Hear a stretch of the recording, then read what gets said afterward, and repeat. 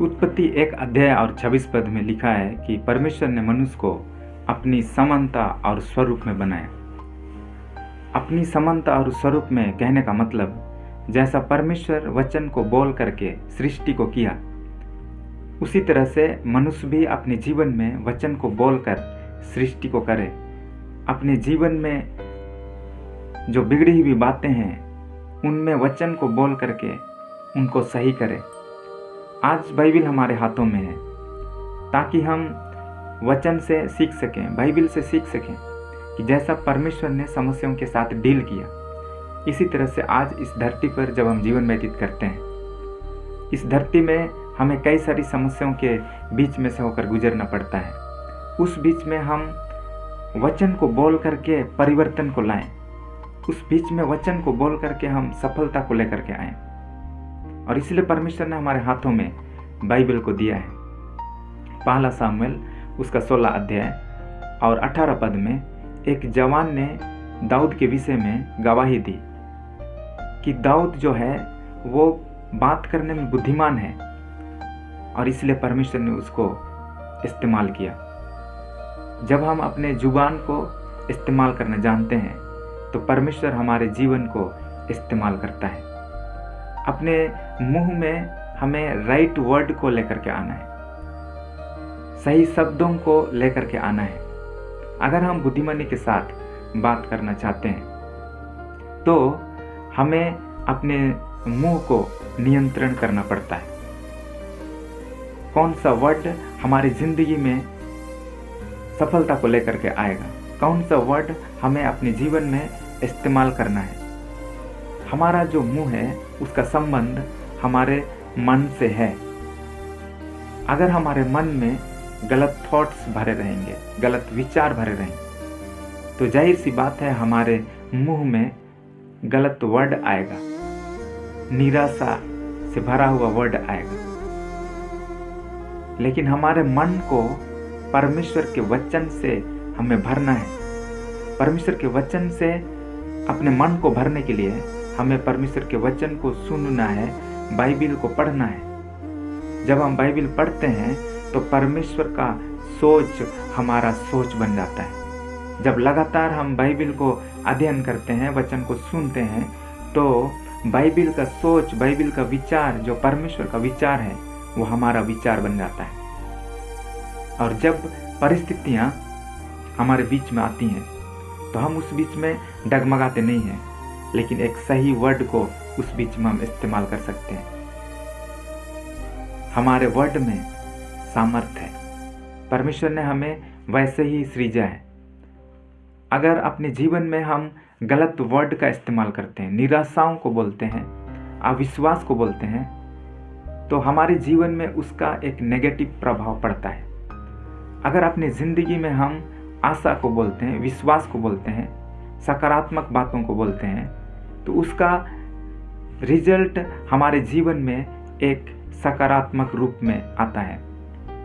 और इसलिए अगर हम अपने जीवन में सफलता को चाहते हैं, अगर अपने जीवन में हम उन्नति को चाहते हैं, तो हमें परमेश्वर का वचन के जैसे शब्दों को बोलना है। इसलिए पहला पत्रस और उसका 4:11 में लिखा है, पहला पत्रस उसका 4:11 में, यदि कोई बोले तो ऐसा बोले मानो परमेश्वर का वचन है। हमें ऐसा बोलना है कि ये परमेश्वर का वचन है। परमेश्वर का वचन कैसा है? परमेश्वर का वचन पवित्र है। परमेश्वर का वचन सत्य से भरा हुआ है। परमेश्वर का वचन लोगों को उठाता है। परमेश्वर का वचन डर के समय हमें हिम्मत देता है। परमेश्वर का वचन निराशा में आशा देता है। परमेश्वर का वचन चिंताओं के बीच में हमें विश्वास दिलाता है। क्या हम परमेश्वर के वचन को बोलते हैं? जब हमारे जीवन में परिस्थितियां सही नहीं होती हैं, उस बीच में शायद कोई हमारे विषय में सही बात नहीं बोलता है, लोग हमें अपमानित करते हैं, लोग हमें निंदा करते हैं, उस बीच में क्या हम अपने विषय में एक सही वर्ड को हम बोल सकते हैं? अगर आप अपने बारे में सही वर्ड को नहीं बोलेंगे तो फिर बाकी से हम क्या उम्मीद करेंगे? और इसलिए हमें सीखना है कि हमें खुद के बारे में सही वर्ड को लेकर के आना है। परमेश्वर यही चाहता है कि हम उसके थॉट को, उसके विचारों को अपने जीवन में लाएं। जब आप उसके थॉट को अपने जीवन में लाएंगे, उनके विचारों को अपने जीवन में लाएंगे, तो इससे आपकी ज़िंदगी में उन्नति आएगा। परमेश्वर का सही महिमा तब होता है जब आप परमेश्वर का प्लान पर चलते हैं, जब आपकी ज़िंदगी में ईश्वरीय सफलता आता है। परमेश्वर जैसा चाहता है वैसे अगर हम सफल जीवन जीते हैं तो इससे परमेश्वर को महिमा मिलता है।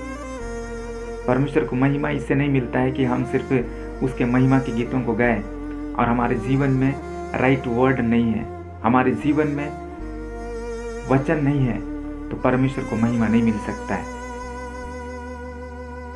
इसलिए परमेश्वर का आराधना, परमेश्वर की महिमा अगर हम करना चाहते हैं तो हमें अपने जीवन में राइट वर्ड को लेकर के आना है। दाऊद के जीवन को जब हम देखते हैं, उनकी ज़िंदगी में जब परेशानियां, निराशाएं आई, जब उनके बड़े भाइयों ने उनको छोड़ा, उस बीच में उसने अपने विषय में राइट वर्ड को बोला।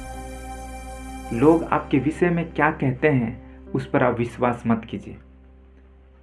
परमेश्वर आपके विषय में क्या कहा है उस पर विश्वास करना शुरू कीजिए, और उन वचनों को जो परमेश्वर मेरे विषय में कहा है, परमेश्वर जिन वचनों को आपके विषय में कहा है, उनको अपनी ज़िंदगी में बोलने के लिए शुरू कीजिए, प्रैक्टिस कीजिए और अपने जीवन को ऐसा बना दीजिए जैसा परमेश्वर आपके विषय में कहा है।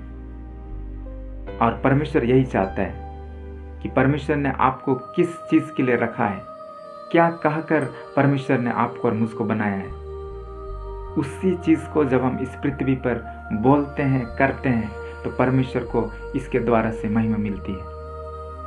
परमेश्वर हर एक व्यक्ति को एक विशेष उद्देश्य से बनाया है। आपको और मुझको बनाने का परमेश्वर के पास एक अच्छा प्लान है। उस प्लान को समझना है। वो प्लान बाइबिल में लिखा है।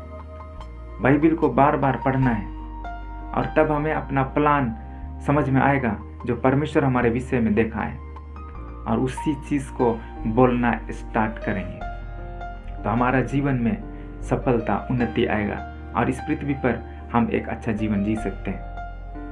बहुत सारी समस्याएं प्रार्थना करने से नहीं हटती हैं। बहुत सारी समस्याएं हमारे जीवन में तब हटती है जब हम जो नेगेटिव चीज़ें हैं वहाँ पॉजिटिव बातों को लेकर के आएंगे। यीशु मसीह ने अपने चेलों को विश्वास का वचन सिखाया। जब वो मार्ग पर था अपनी सेवकाई के दौरान में, एक अंजीर का पेड़ के पास यीशु गया उसमें फल ढूंढने के लिए, लेकिन उसमें फल नहीं थे। और तब यीशु ने उस वृक्ष को शाप दिया कि अब से कोई तुम्हारे फल को खाने ना पाएगा। और जब दूसरे दिन उसी वो रास्ते वापस लौट रहे थे तो उनके चेलों ने उस पेड़ को देखा कि यह तो सूख गया है। और तब यीशु ने उनसे कहा कि यदि इस पहाड़ से कहो कि उखड़ जा और समुद्र में चला जा, और अपने मन में संदेह ना करे और तुम ये प्रतीति कर लोगे, ये विश्वास कर लोगे, तो वो पहाड़ उखड़ कर समुद्र में चला जाएगा।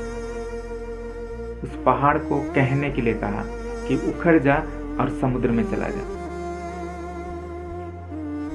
इसी तरह हमारे जीवन में जो परिस्थितियां हैं, हमारे जीवन में जो समस्या हैं, उन समस्याओं के बीच में हमें कहना है कि ये पहाड़, जो समस्या का पहाड़ है, वो समुद्र की अथाह में चला जाए। और अपने मन में हमें संदेह नहीं करना है, विश्वास के साथ अगर हम कहेंगे तो वो हो जाएगा। बुद्धिमानी के साथ बात करें।